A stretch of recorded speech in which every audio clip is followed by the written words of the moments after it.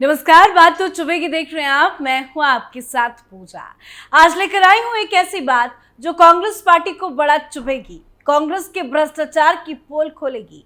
बताऊंगी आपको कांग्रेस के वोट के बदले नोट के खेल की कहानी, जिसको लेकर ईडी ने बड़ा खुलासा किया है।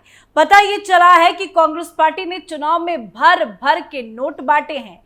7 लाख वोटरों को पैसों की रिश्वत दी गई। हर एक वोटर को 200-200 रुपए बांटे गए। घोटाले के पैसे से चुनाव प्रभावित करने की कोशिश की गई। ईडी की चार्जशीट ने ऐसा खुलासा कर दिया है कि राहुल गांधी की सारी पोल पट्टी खुल गई है। एक सीएम का नाम भी सामने आ गया है। कांग्रेस पार्टी की घिनौनी हरकत सामने आ गई है।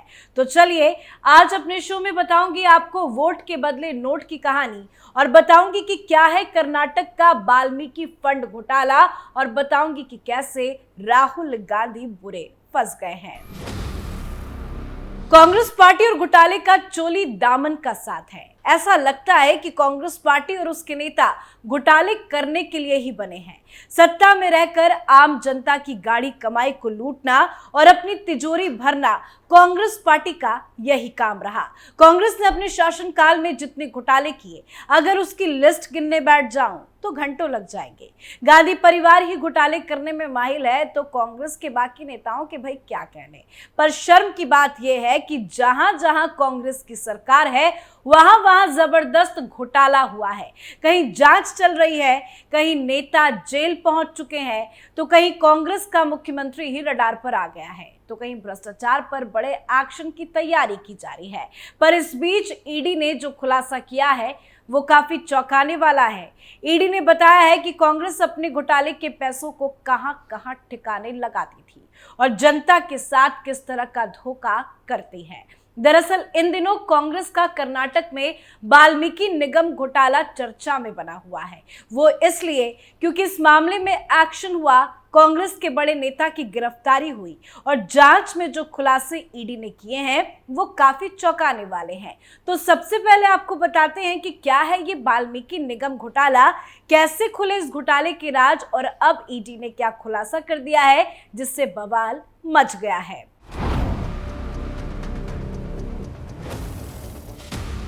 कर्नाटक की सरकार राज्य की जनजातियों के कल्याण के लिए वाल्मीकि निगम चलाती है। इसके तहत जनजाति वर्ग के लोगों को रोजगार मुहैया कराया जाता है। साथ ही इसके अंतर्गत जनजातीय जनसंख्या के लिए विशेष योजनाएं भी लाई जाती है। राज्य सरकार इसके लिए फंड देती है। कर्नाटक सरकार इसके लिए अलग से बजट देती है। और इसी महर्षि वाल्मीकि फंड में घोटाले की बात सामने आई। वाल्मीकि निगम से जुड़े मनी लॉन्ड्रिंग का मामला तब सामने आया जब 26 मई को इसके लेखा अधीक्षक चंद्रशेखरन पी ने खुदकुशी कर ली। उन्होंने एक नोट छोड़ा था जिसमें निगम के बैंक खाते से गैर कानूनी तरीके पर 187 करोड़ रुपए निकाले जाने का जिक्र किया गया था। सुसाइड नोट के मुताबिक 88.62 करोड़ रुपए अवैध रूप से आईटी कंपनियों और हैदराबाद के सहकारी बैंक के खातों में ट्रांसफर किए गए। इस घोटाले में बी नागेंद्र का नाम सामने आया। इसके बाद जब घोटाले में नाम आया तो बी नागेंद्र ने अनुसूचित जनजाति कल्याण मंत्री के पद से 6 जून को इस्तीफा दे दिया। इस पूरे घोटाले को लेकर बी नागेंद्र की गिरफ्तारी भी हुई। हालांकि वो जेल से अभी कुछ दिनों पहले ही छूटे हैं। तो इस पूरे घोटाले की शुरुआत कैसे हुई, कैसे पता चला, घोटाले की पूरी कहानी आगे आपको बताएंगे। पर अभी क्या एक्शन हुआ है वो आपको बताते हैं। दरअसल इस मामले में ईडी ने जो चार्जशीट दाखिल की है वो काफी चौंकाने वाला है। ईडी ने बताया कि कर्नाटक में वाल्मीकि घोटाले का पैसा कांग्रेस को जिताने के लिए उपयोग किया गया था। कर्नाटक की कांग्रेस सरकार में मंत्री रहे बी नागेंद्र ने सरकारी फंड से निजी खर्चे के लिए और बेल्लारी लोकसभा चुनाव में भी इस पैसे से रिश्वत बांटी। ये सारे खुलासे ईडी ने अपनी चार्जशीट में किए हैं। ईडी ने इस मामले में दायर चार्जशीट में यह भी बताया कि बेल्लारी लोकसभा में लगभग 7 लाख वोटरों को इस फंड में घोटाले के पैसे से रिश्वत दी गई। ये रिश्वत उन्हें कांग्रेस को वोट देने के लिए दी गई। ये पैसा बी नागेंद्र ने महर्षि वाल्मीकि जनजातीय विकास निगम में घोटाले करके जुटाया था। बड़ी बात यह है कि इस घोटाले के पैसे को बेल्लारी में जमकर लुटाया गया। ईडी ने बताया कि बेल्लारी में 7 लाख वोटरों को लगभग 200 की रिश्वत दी गई। मतलब समझिए हर एक को 200 रुपए बांटे गए। गरीबों को लालच दिया गया।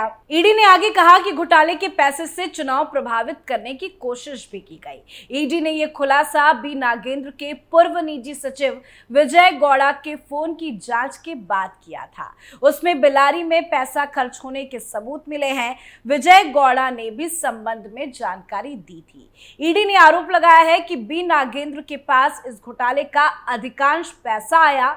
ईडी को विजय गौड़ा ने बताया है कि उसने घोटाले का यह पैसा नागेंद्र के कहने पर कई लोगों में बांटा जो कांग्रेस से भी जुड़े हुए थे। जहां कांग्रेस के उम्मीदवार थे ई तुर्काराम के लिए घोटाले का पैसा उपयोग किया गया। मतलब जमकर घोटाला करो और उसका गलत इस्तेमाल करो, यही कांग्रेस की नीति है। और इसी तरह से कांग्रेस लोगों को बेवकूफ बनाकर पैसे लुटाकर चुनाव जीतती है। इतना ही नहीं, ये भी आरोप ईडी ने लगाया है कि बूथ पर काम करने वाले कांग्रेस कार्यकर्ताओं को 10,000 रुपए इस घोटाले के पैसे से दिए गए। नागेंद्र के घोटाले का यह पैसा बंटवाने में कांग्रेस के विधायकों ने भी सक्रिय रोल निभाया है। ये भी ईडी ने ही बताया है। जांच एजेंसी ने बताया कि घोटाले में से लगभग 15 करोड़ का इस्तेमाल चुनाव को प्रभावित करने के लिए किया गया। ईडी के पास पैसे से लेन देन की फोटो भी मौजूद है। चार्जशीट में यह भी कहा गया कि बी नागेंद्र ने इन आरोपों पर कोई साफ जवाब नहीं दिया है। बी नागेंद्र ने बचने के लिए 3 आईफोन भी तोड़े हैं। आरोप ये भी लगाए गए हैं कि बी नागेंद्र ने जब पैसों की गड़बड़ी की तो इसे वित्त विभाग ने भी नहीं चेक किया। वैसे कर्नाटक सरकार में मंत्री रहे बी नागेंद्र को हाल ही में बेंगलुरु की एक अदालत ने जमानत दे दी है। उन्हें इस मामले में ईडी ने गिरफ्तार किया था। बीजेपी ने भी इन सवालों पर कांग्रेस से जवाब मांगा है। भाजपा सांसद संबित पात्रा ने कर्नाटक में बड़े घोटाले का आरोप लगाया है। अब आपको बताते हैं कि ये पूरा घोटाला सामने कैसे आया, क्या कुछ है इस पूरे घोटाले की कहानी। ये पूरा मामला एक आत्महत्या से चालू हुआ था। मई 2024 में इसी निगम से जुड़े एक 48 वर्षीय कर्मचारी ने आत्महत्या कर ली थी। उसकी मौत के बाद एक सुसाइड नोट मिला था। उसमें उसने आरोप लगाया था कि उसके उच्च अधिकारियों ने उस पर इस बात के लिए दबाव बनाया था कि वो निगम के खातों से पैसा ट्रांसफर करे। उसने आरोप लगाया था कि ये काम निगम का पैसा हड़पने के लिए किया गया था। उसका आरोप था कि ये काम एक मंत्री के मौखिक आदेशों के आधार पर किया गया था। उसने अपने विभाग के अलावा यूनियन बैंक ऑफ इंडिया के कर्मचारियों पर भी आरोप लगाए थे। इसके बाद पूरे प्रदेश में हंगामा मच गया था।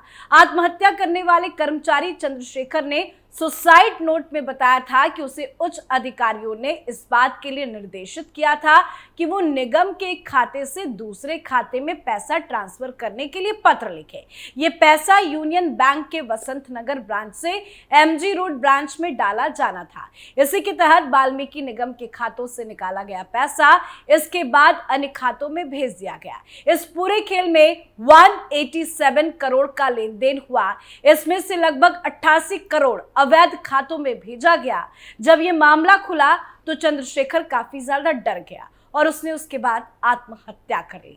लेकिन इस मामले में ईडी ने जो खुलासे किए हैं वो काफी चौंकाने वाले हैं। अब घोटाले का पैसा लोगों में बांटा गया, चुनावी हथकंडा अपनाया गया, तो सवाल यही है कि क्या इसकी जानकारी राहुल गांधी को नहीं थी, कांग्रेस पार्टी को नहीं थी? क्योंकि इस पूरे घोटाले के सामने आने के बाद कांग्रेस पार्टी मौन बैठी हुई है।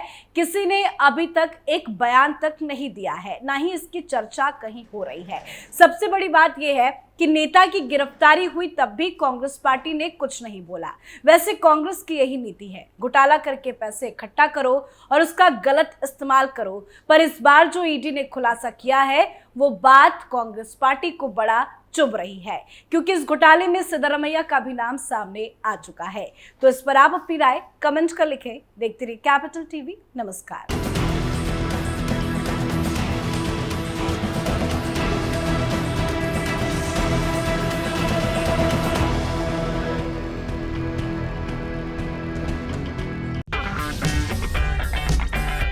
अगर आपको हमारा वीडियो पसंद आया हो तो इसे लाइक करें, हमारे चैनल को सब्सक्राइब करें और हाँ, बेल आइकन दबाना ना भूलें ताकि आप तक हमारे वीडियो की नोटिफिकेशन पहुंचती रहे।